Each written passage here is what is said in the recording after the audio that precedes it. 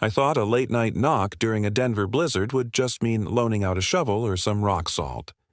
But when I opened the door to a shivering stranger with frost clinging to her coat, everything about that night, and the weeks that followed, turned into something deeper, a quiet pull toward kindness I didn't know I needed.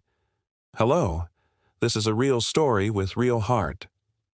Let's dive in. I'm Alex, 32, living in a modest two-story rental house on the edge of Aurora, just outside Denver, Colorado. By day, I'm a project manager at a renewable energy firm, crunching numbers on wind turbine efficiency, sipping endless black coffee, and dodging office small talk. Evenings, I hit the gym or tinker with my old Jeep in the garage, keeping things simple. I nod at the folks next door when our paths cross in the driveway, but I've always been the type to keep my world small, no drama. Or at least that's how it was until that storm hit last winter, wrapping the neighborhood in a thick white blanket and forcing everyone inside. It was one of those Colorado blizzards that come out of nowhere, winds howling like freight trains, snow piling up faster than plows could clear it. Power flickered but held, and I was hunkered down with a book and a steaming mug of tea when the knock came around 9 p.m. Sharp, insistent, like someone fighting the cold just to stay upright.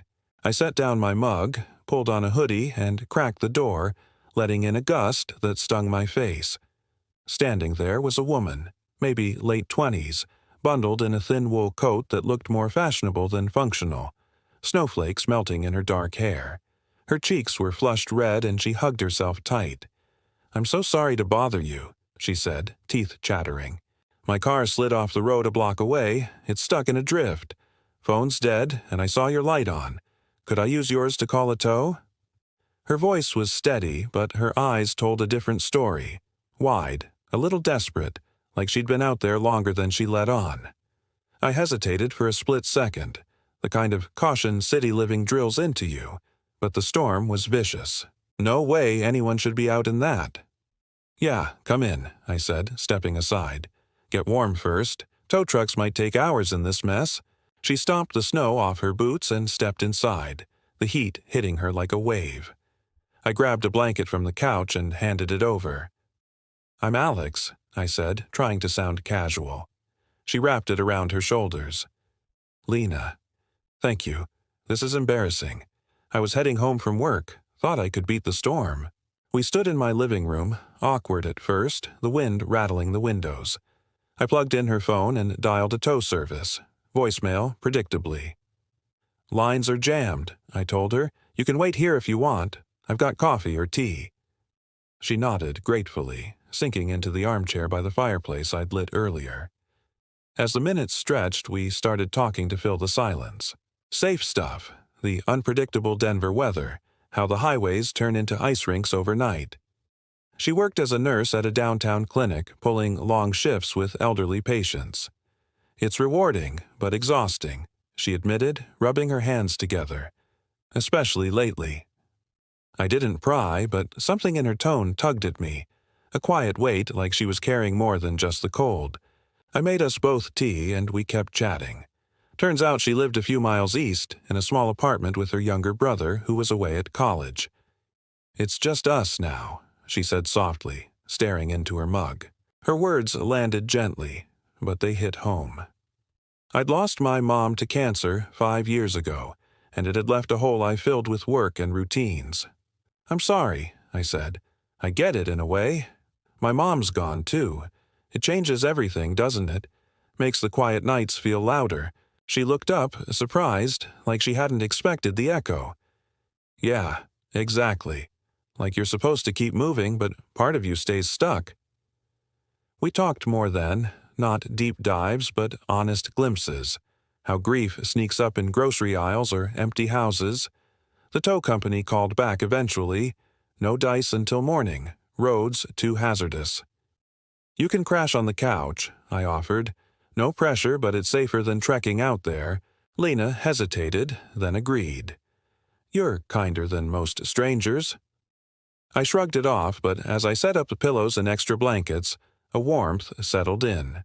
Simple, unforced. We said goodnight, the storm still raging outside. The next morning, the sun broke through, melting the edges of the drifts. I helped dig out her car with my shovel, muscles burning in the crisp air. It wasn't stuck bad. A push and some traction got it free. As she climbed in, engine humming, she rolled down the window. "Alex, seriously, thank you, not just for the shelter but for listening. It's been a while since someone did that without pity." "Any time," I said. "Drive safe." She smiled, a real one, tired but bright, and drove off. I watched her taillights fade, then headed inside, the house feeling a touch emptier. Work that day was a blur. I kept replaying our conversation, how easy it felt to share those quiet hurts. A few days later, I spotted her car parked at the curb near my office downtown. Coincidence, or so I thought. Turns out her clinic was just blocks away. I waved as she stepped out, and she lit up. "Hey, rescuer. Fancy seeing you here." We grabbed coffee on her break, laughing about the storm like old friends. She opened up more. Her brother's tuition was straining her budget, and night shifts left her drained. "But I keep going," she said. "For him, mostly." I didn't plan it, but I mentioned a job opening at my firm. Admin role, better hours. "If you're interested, I could put in a word." Her eyes widened. "Really? That would be huge." It wasn't much, just an email to HR, but it felt right. We started meeting for lunch now and then. Quick sandwiches at a park bench, sharing stories. I told her about my mom's recipes I still cooked, how they kept her close. She shared photos of her brother, pride shining through her exhaustion. One evening she texted, "Storm's coming again. Dinner as thanks?" I showed up at her place, a cozy spot with plants thriving on every sill, unlike my wilting ones. We cooked pasta, the kitchen filling with garlic and laughter. As we ate, she set down her fork. "Alex, that night at your door. I was scared, not just of the cold. I'd had a rough shift, lost a patient I'd cared for months. Knocking felt like admitting defeat. But you didn't judge. You just helped." Her vulnerability caught me off guard, stirring something protective. "You didn't need to be strong alone," I said. "Sometimes kindness is just showing up." We talked late, the rain pattering outside now instead of snow. When I left, hugging her goodbye felt natural, warm. Over the next weeks, our connection grew. Hikes in the Rockies when weather cleared, volunteering at her clinic where I fixed computers for free. I saw her strength up close, how she comforted families with gentle words. But it wasn't just her strength that drew me in. It was the way she carried her losses with a quiet grace, like she'd learned to hold both grief and hope in the same hands. Those moments at the clinic, watching her reassure a patient's wife or joke with a kid in the waiting room, made me see how she poured herself into others, even when her own tank was low. I started to notice how my days felt brighter when I knew I'd see her, how her laugh could cut through the fog of a long work day. One Saturday, we drove out to Red Rocks, the massive stone formations glowing under the Colorado sun. We hiked a trail, the air crisp with pine and dust. At a lookout point, we sat on a flat boulder, catching our breath, Denver sprawling below us. Lena pulled her knees up, her voice soft. "I used to come here with my parents. After they died, I stopped. Felt too heavy. But today, with you, it's different, like I'm allowed to enjoy it again." I didn't know what to say, so I just nodded, letting the moment settle. "You don't have to carry it all alone," I said finally. "Not the good stuff, not the hard stuff." She looked at me, her eyes searching, and for a second I thought she might say something big. Instead, she leaned her shoulder against mine, a small gesture that felt louder than words. We stayed there until the sun dipped low, painting the rocks gold. Back in Aurora, though, the neighborhood had started to notice us. It's a small enough place. People talk. I'd catch sidelong glances when we walked to the corner store for ice cream, or hear murmurs in the laundromat about that nurse and the guy next door. One older woman, Mrs. Callahan from across the street, cornered me while I was washing my Jeep. "You're good for her, Alex," she said, but her tone had an edge, like she was testing me. "Just be careful. She's been through a lot." I nodded, keeping my voice steady. I know, we're just taking it one day at a time. But her words stuck with me, a reminder that Lena's grief wasn't just hers. It was something the whole community felt entitled to weigh in on. I wondered if she felt it too, that pressure to mourn in a way that satisfied everyone else. A week later, I got my answer. We were at her place assembling a bookshelf she'd bought on a whim.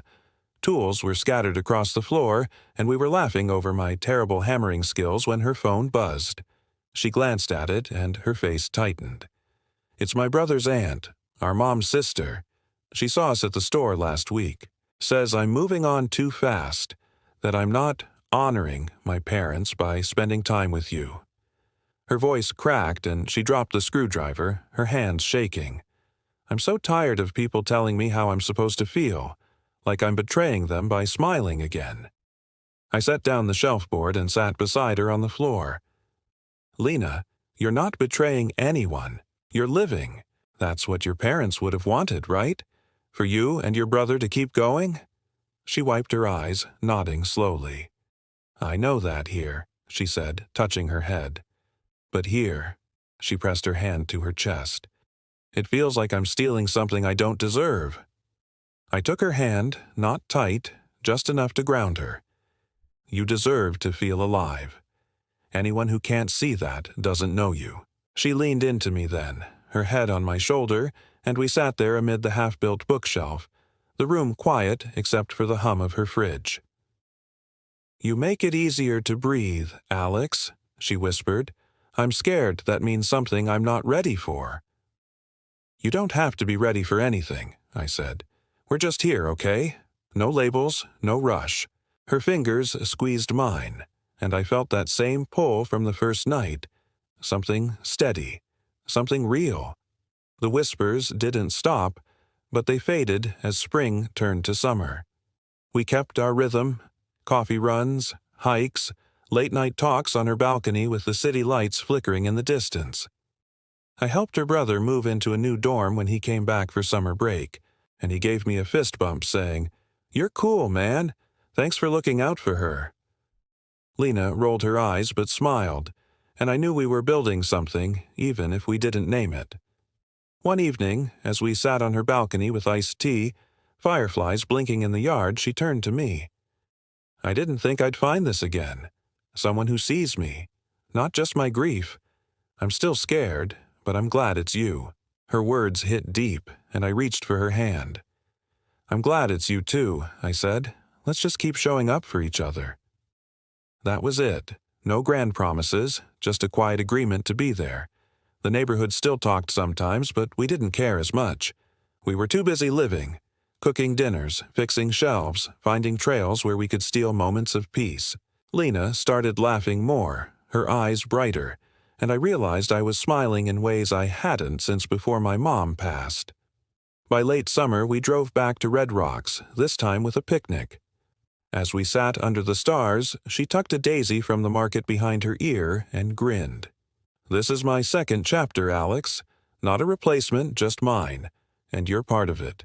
My chest ached with something warm, and I knew then that this, whatever it was worth every whisper, every doubt. We were two people who stumbled into each other in a storm and found a way to keep the light on.